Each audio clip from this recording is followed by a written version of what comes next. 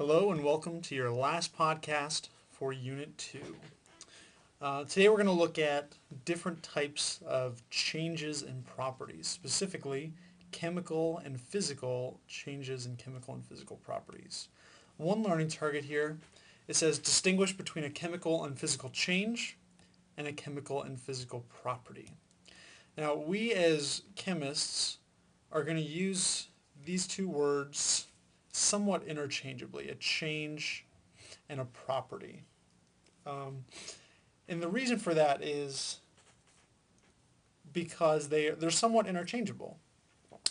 For instance, if I were to talk about a physical property of water, is that it could boil.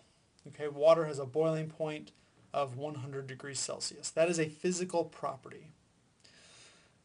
A physical change would be the water boiling. Okay, so they're somewhat, when we talk about it, its properties, it's a property. When it actually happens, it's a change. So they're kind of the same thing. Let's just get some definitions then. What does it mean for something to be physical versus chemical? Physical we'll do first. Very simply, a physical change, or a physical property, is a change in the form of a substance that does not change the properties of that substance. Okay, that's the definition from your book. And in other words, what else does that mean? It does not change the properties. Well, if it doesn't change the properties, it means you're not forming a new substance. So I'm going to add to this, no new substances are formed.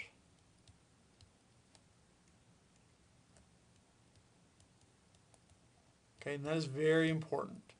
No new substances are formed. Okay.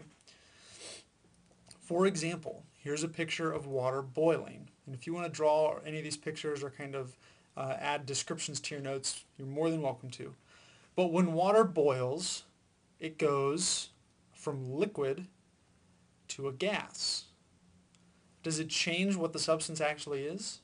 No. It's still water. It's just you have liquid water in one stage and gas water in the other, okay? Or water vapor. So let's go back to our definition. It changes the form. It goes from liquid to gas, but it does not change what the substance is. So it's still water. On the other side of water, I can have solid ice, but it's still water, okay?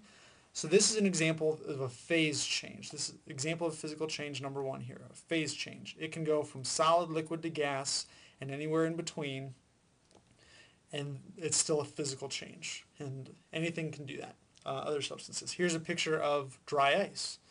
Dry ice is actually solid carbon dioxide that evaporates and it goes straight to gas. Solid to gas without ever turning into a liquid. So it's solid CO2. That's a phase change. Water boiling, phase change.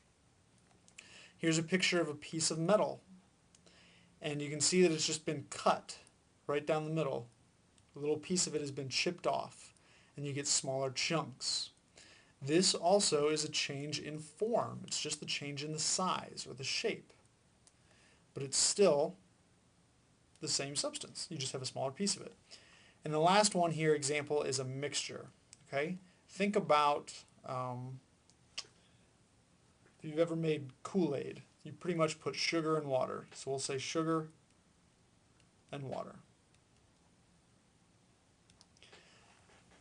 When you mix those two things together, mixture, what you have are, they're just two things that are combined together. They don't react.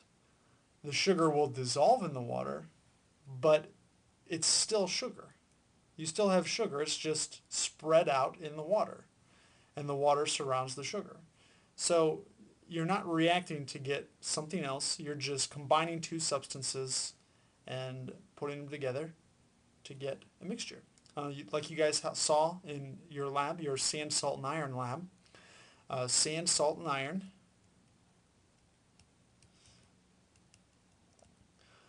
How you separated those were because they retained their properties. They were all three combined together But iron was still iron, and you could use the magnetic properties to separate it.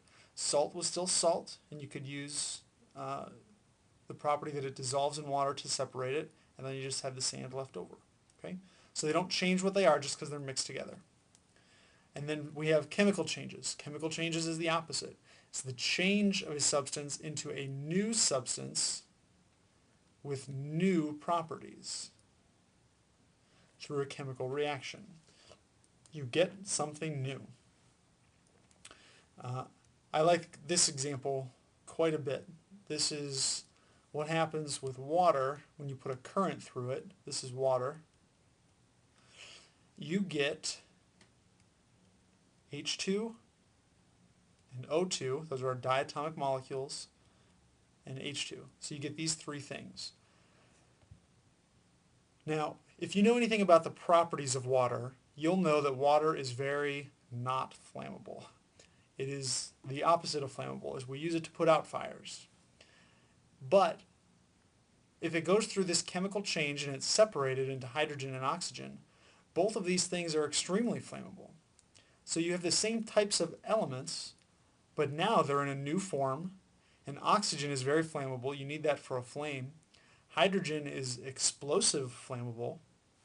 It's a fuel in the stars, so very, very flammable. And these things all burn. This doesn't. O2 is not the same as H2O. You have a new substance that was actually formed. Okay? So there's an example of a new substance being formed. Indicators of a chemical change are given here. If you see any of these things, odds are most of the time you have a chemical change. If energy is given off, it's either light or heat. So anytime something burns, here's energy. This piece of metal is burning. There's a rocket burning. Here's a sun burning. So energy is given off. Light and heat, chemical change. A color change occurs. Okay, here's a Statue of Liberty. This is a really good example. Statue of Liberty is made out of copper. Copper, if you look at a penny, has that kind of bronzish color to it. We actually call the color copper. But the Statue of Liberty is green. It's almost, it's because it went through a chemical reaction when they gave it to us, or over the years, and it's been kind of worn, almost like rust. It oxidized. So the copper turns green, and you get a new substance when it changes. You can also have a precipitate formed. You'll see this once we start talking about different types of reactions. A precipitate, PPT, is just, and this is the example of a precipitate right here, this picture. Let's say we mix two liquids together,